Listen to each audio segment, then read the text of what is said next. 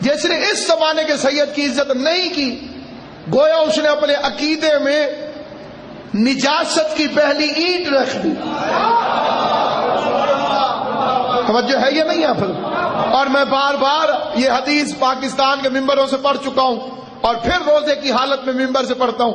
امام نے فرمایا جو سید کے احترام میں جان بوجھ کر تعظیم کے لیے اٹھ کر کھڑا نہ ہو، سید آ جائے چاہے چھوٹا ہو چاہے بڑا ہو، اور وہ اس کے احترام میں جان بوجھ کر کھڑا نہ ہو، وہ سمجھے میں پیسے والا ہوں، وہ سمجھے میں تو مولوی ہوں، وہ سمجھے میں تو دولت والا ہوں، وہ تو سمجھے میری برادری بڑی امیر ہے، وہ یہ سمجھے کہ میرا معاشرے میں بڑا مقام ہے۔ امام فرماتے ہیں اگر جان بوجھ کر، یعنی جان بوجھ کر لفظ کیوں استعمال کیا؟ بلا عذر شرعی، شریعت کا کوئی عذر ہے، مثلا بیمار ہے نہیں اٹھ سکتا، یہ ایک اور بات ہے، کسی تکلیف میں نہیں اٹھ سکتا، یہ ایک اور بات ہے، ممبر پر ہے آنے کے لیے سید آ جائے اٹھ کر نہیں کھڑا ہو سکتا، یہ عذر شرعی ہے کیونکہ ممبر ہے، مجلس میں تشریف فرما۔ لیکن اس کے علاوہ اگر جان بوجھ کر کھڑا نہیں ہوتا تعظیم کے لیے، سید چاہے ایک دن کا ہو چاہے 100 سال کا، چاہے اس دور کا ہو چاہے آنے والے زمانے کا، اگر استقبال میں اٹھ کر کھڑا نہیں ہوتا، امام فرماتے ہیں اللہ اسے لا علاج مرض میں مبتلا کر دے۔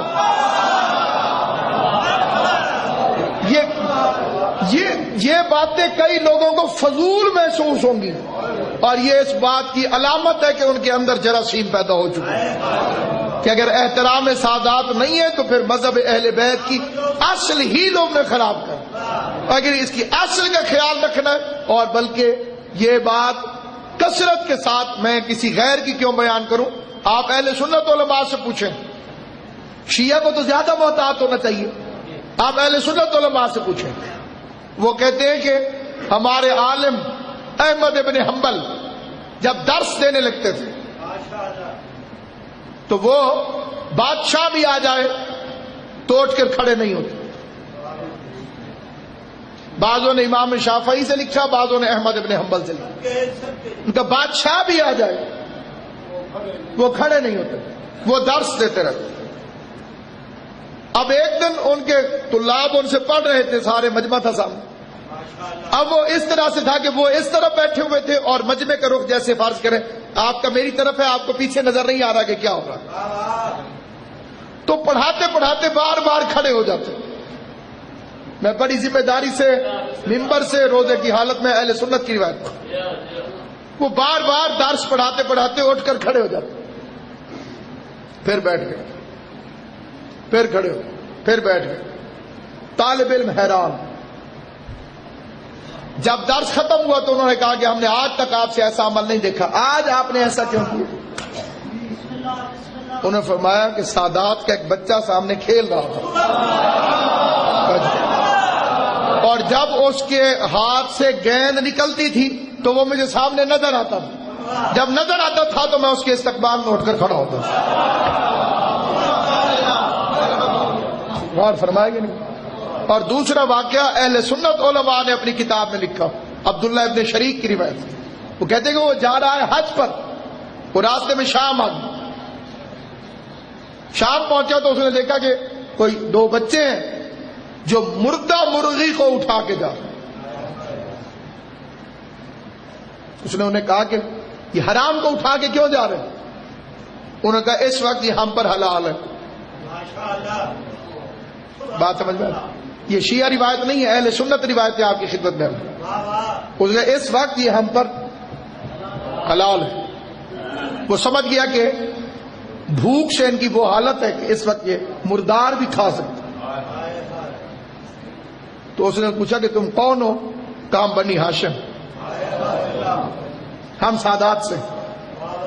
وہ کہتے ہیں میں کانپا اور میں نے کہا کہ تمہارے گھر کے کتنے افراد ہیں؟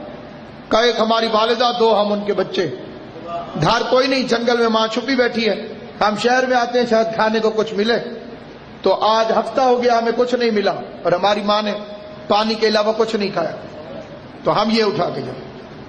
وہ اہل سنت لکھتے ہیں کہ ہمارے اس عالم دین نے اپنا سارا حج والا پیسہ نکالا اور شاداب کے ہاتھ پہ رکھا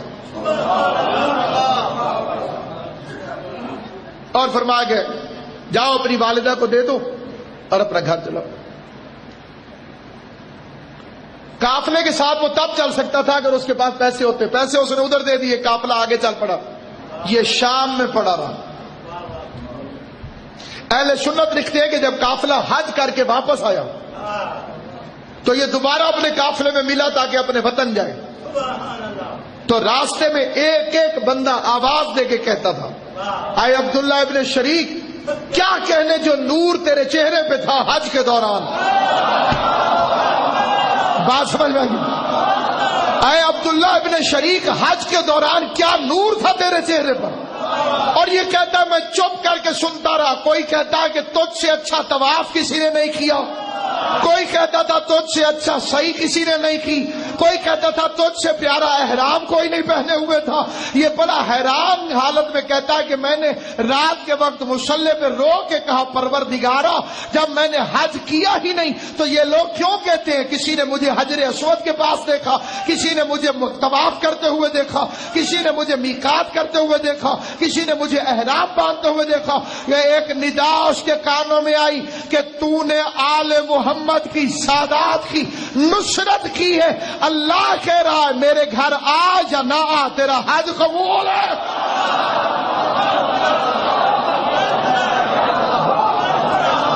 میرے گھر آ یا نہ آ, تیرا حج قبول ہے. سامعین گرامی قدر, اسی سلسلے میں ایک اور روایت, اور وہ بھی اہل سنت کی کتاب سے پڑھتے. وہ کہتے ہیں کہ ایک سیدانی تھی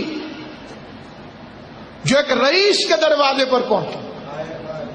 وہ رئیس جو اپنے آپ کو محب پیغمبر, عاشق پیغمبر اور بڑا دیندار کہتا تھا, اس کے دروازے پر جا کے پہنچے. اس نے دستک دی. اس نے کہا میں تیرے نبی کی اولاد سے ہوں, میری مدد کر. اس نے کہا کوئی ثبوت پیش کر کہ تو سید زادی. اس گئے شہر میں میرا جاننے والا کوئی نہیں, پہلی دفعہ وارد ہوئی ہوں. بہرحال اس نے نہ مانا اور وہ وہاں سے چلی گئی. اہل سنت علماء لکھتے ہیں کہ اس رئیس کو خواب میں میدان قیامت نظر آئے, اور میدان قیامت میں دنیا پیاسی ہے, اور الامان الامان نفسا نفسی. اور کہتا ہے کہ میں اس تپتی ہوئی زمین پر دوڑتا ہوا پیغمبر پر میری نظر پڑی, اور میں نے دیکھا کہ حضور کے ہاتھوں میں جام کوثر, اور آقا اپنے امتیوں کو پلاتے چلے جاتے. وہ کہتا ہے میں دوڑتا ہوا حضور کے پاس اس پیاس کے عالم میں گیا, اور میں نے تڑپ کے کہا یا رسول اللہ مجھے کوثر پلائیے, میں آپ کا امتی ہوں. حضور نے فرمایا کوئی گواہ پیش کر. توجہ ہے, کوئی گواہ پیش کر, تیری کیا گواہی ہے کہ تو میرا امتی ہے. اس نے کہا آقا میں یہاں پر اپنا کہاں سے گواہ لوں. کہا جس طرح سے تو نے میری نسل کا نام لے کر اس نے سوال کیا. اب وہ سیدانی تھی یا نہ تھی یہ اس کا اور میرا معاملہ ہے. توجہ ہے یا نہیں؟ یعنی اس نے کہا سچ کہا جھوٹ کہا یہ اس کا اور ہمارا معاملہ ہے. لیکن تیرے سامنے سوال ہوا تھا کہ میں سیدانی ہوں, تیرے لیے یہی کافی تھا کہ وہ اپنے آپ کو نسبت دے رہی تھی میرے ساتھ. میں آل محمد کی قسم کھا کے کہتا ہوں جن گھروں سے احترام سادات رخصت ہو چکا ہے ان گھروں میں ولایت نہیں آ سکتی.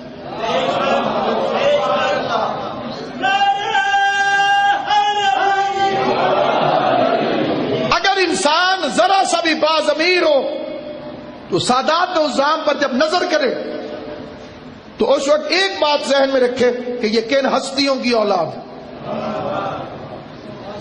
سید کا بچہ بھی نظر آئے اس کے سامنے, اس عقیدت سے اگر انسان جھکے کہ نہیں معلوم ہے اس کی پشت میں کون کون سے اولیاء اللہ گزرے,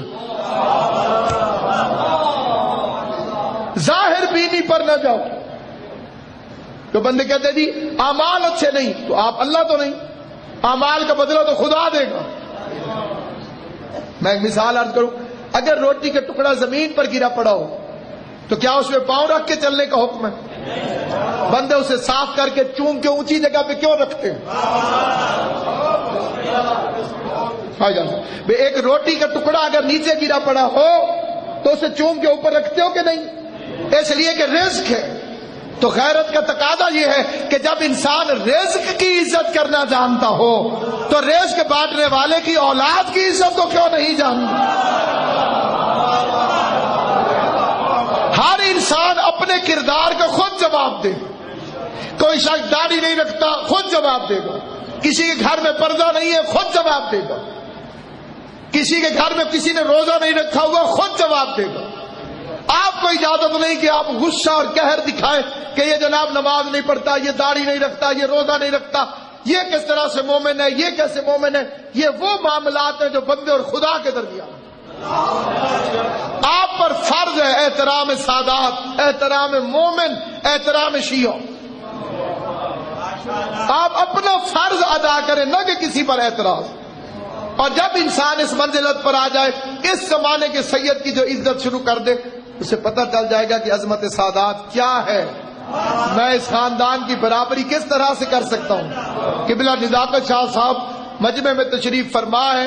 اگر نزاکت شاہ صاحب سے کوئی قرآن کی قسم اٹھوا کے پوچھے کہ کیا آپ اپنے والد کے برابر ہیں، تو فرمائیں گے میں برابر نہیں. یہ اپنے والد کے برابر نہیں، ان کا والد اپنے والد کے برابر نہیں، وہ اپنے والد کے برابر نہیں. تو 2 ٹکے کا ملا محمد کے برابر کس طرح سے ہوگا؟